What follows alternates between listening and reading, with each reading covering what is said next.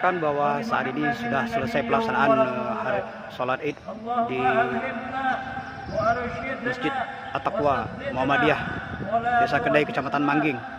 Ribuan jamaah memadati lokasi Masjid At-Taqwa. Ribuan jamaah Muhammadiyah di Kabupaten Aceh Barat Daya, Abdia, sudah melaksanakan salat Idul Fitri 1444 Hijriah pada Jumat, tanggal 21 April tahun 2023, pagi.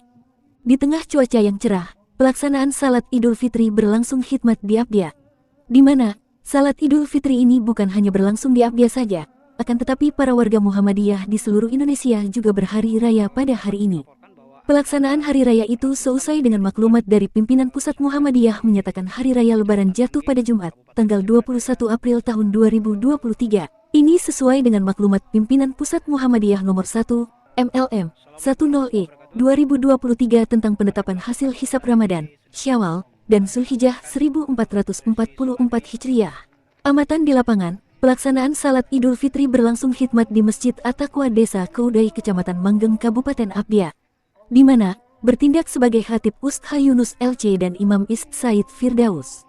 Dalam khutbah singkatnya, Ust Yunus menyampaikan tentang keutamaan dalam beribadah di bulan suci Ramadan, membayar zakat hingga berhari raya Idul Fitri.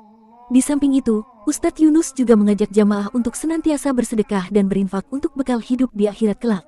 Pihaknya juga menghimbau agar saling menghargai perbedaan dalam penetapan 1 Syawal 1444 Hijriah. Dari Kabupaten Aceh Barat Daya, Rizal melaporkan.